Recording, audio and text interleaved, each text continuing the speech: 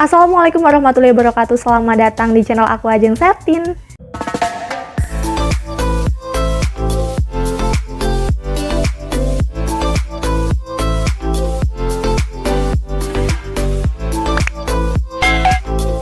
Baik, pada video kali ini aku mau menjelaskan berbagai jalur untuk bisa masuk ke perguruan tinggi negeri. Nah, menurut teman-teman ada berapa jalur sih? 1, 2, 3, atau lebih dari itu?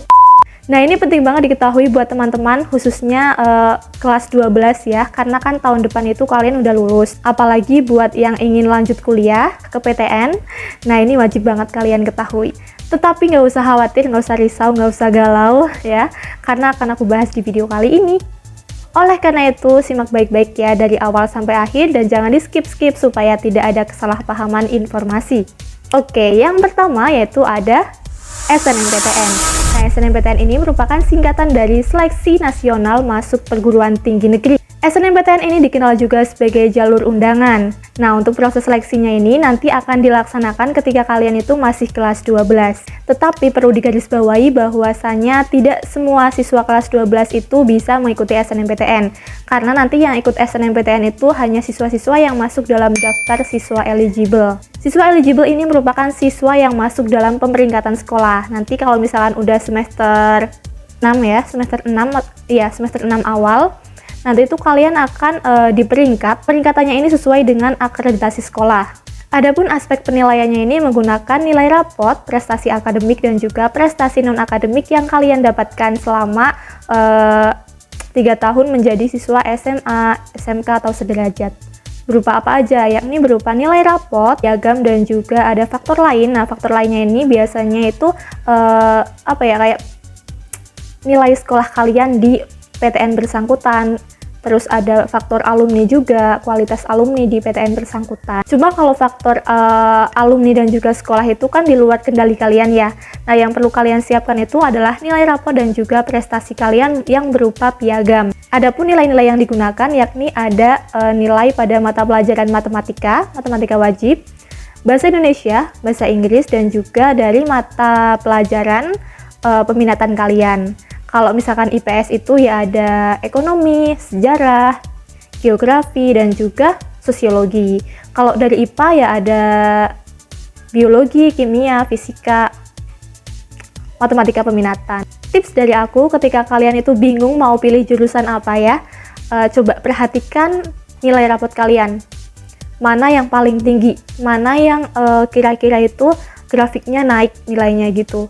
Nah, itu bisa jadi referensi kalian buat mencari jurusan yang berkaitan dengan nilai-nilai tertinggi kalian atau nilai-nilai yang grafiknya naik. Selain itu, kalau misalkan kalian tuh punya piagam, perhatikan juga jenis piagam kalian masuk dalam kategori apa. Misalnya kalau piagam kalian itu Olimpiade Matematika, nah kalian bisa mengambil jurusan-jurusan yang berbau dengan matematika. Selain dua itu, kalian juga harus memperhatikan sebaran alumni.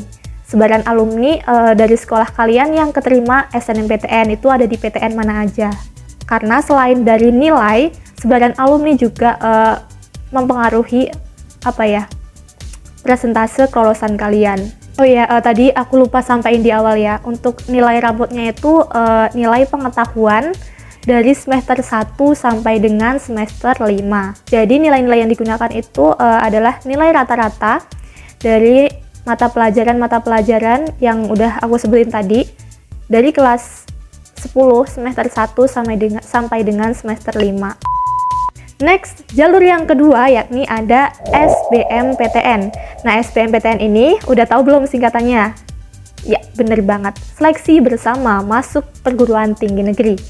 SBMPTN ini juga dikenal sebagai jalur tes. Berbeda dari SNMPTN, SBMPTN itu tidak memperhatikan piagam.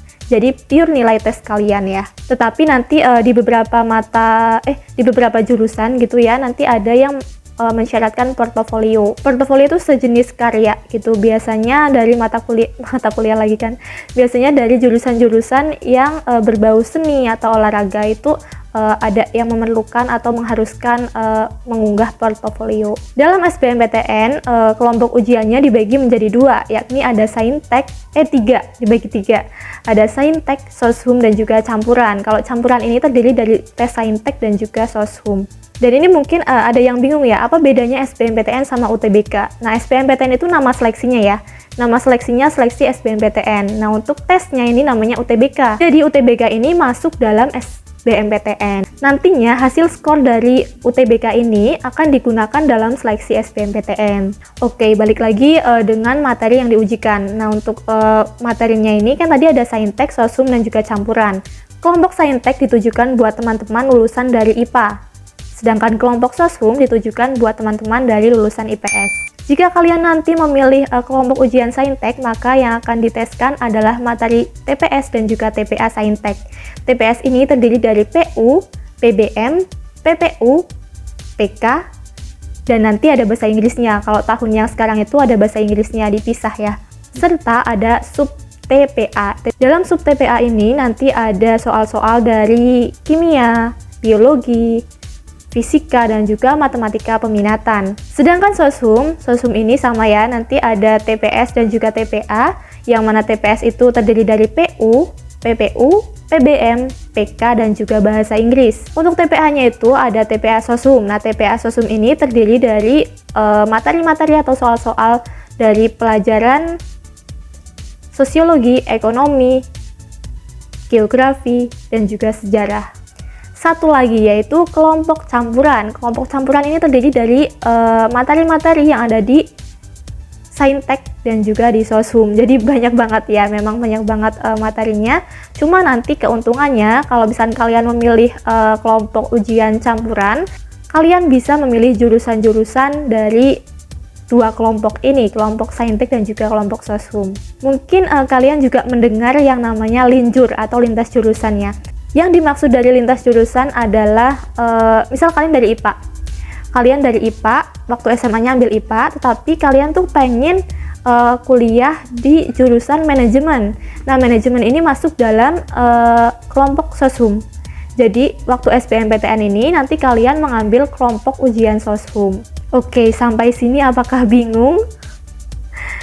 Emang cukup kompleks ya yang harus ketahui gitu. Nanti kalian akan diberi waktu untuk pendaftaran, pengisian berkas-berkas, dan juga pelaksanaan tes.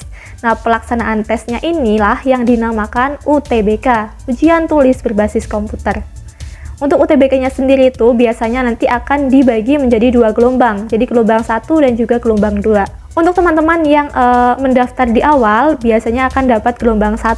Dan untuk penilaian UTBK ini juga tidak dapat dipastikan sistemnya seperti apa, karena itu hanya diketahui oleh LTMPT, dan LTMPT juga tidak men-share bagaimana persisnya sistem penilaiannya tersebut.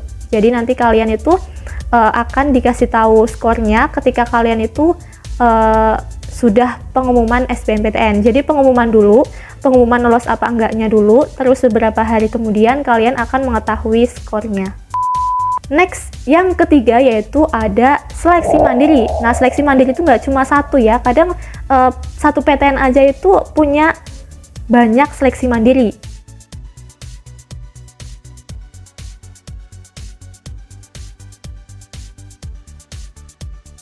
Untuk di jalur mandiri ini agak berbeda ya dari SNMPTN dan juga SBMPTN. Biasanya itu di seleksi mandiri ada yang namanya uang pangkal atau SPI yang harus kalian sertakan. Nah, apakah besaran uang pangkal itu mempengaruhi kelolosan dalam seleksi mandiri? Ya, semua aspek yang disyaratkan itu mempengaruhi. Karena di jalur mandiri itu ada syarat untuk pengisian SPI, maka besaran SPI berapa persen itu komponennya itu ya mempengaruhi gitu. Tetapi juga jangan dianggap wah semakin banyak uang pangkalnya semakin banyak kemungkinan keterima, enggak juga. Karena ada aspek lain yang harus diperhatikan seperti misalnya nilai atau piagam dan juga aspek-aspek lain. Oke, seperti itu. Semoga dimudahkan ya, karena nanti biasanya itu akan cukup menguras energi mental dan juga pikiran ketika kalian itu melaksanakan atau melalui jalur-jalur itu. Oleh karena itu, siap-siap. Baik, itu saja yang dapat aku sampaikan. Semoga kalian itu nanti akan dikuatkan dan juga dilancarkan. Amin. Semoga sukses sesuai apa yang kalian impikan. Oke, itu saja yang dapat aku sampaikan pada video kali ini. Banyak kesalahan dan kekurangan, aku mohon maaf. Kalau misalkan ada pertanyaan, kalian bisa DM aku di IG aku atau tulis di kolom komen. Sekian dari aku. Wassalamualaikum warahmatullahi wabarakatuh.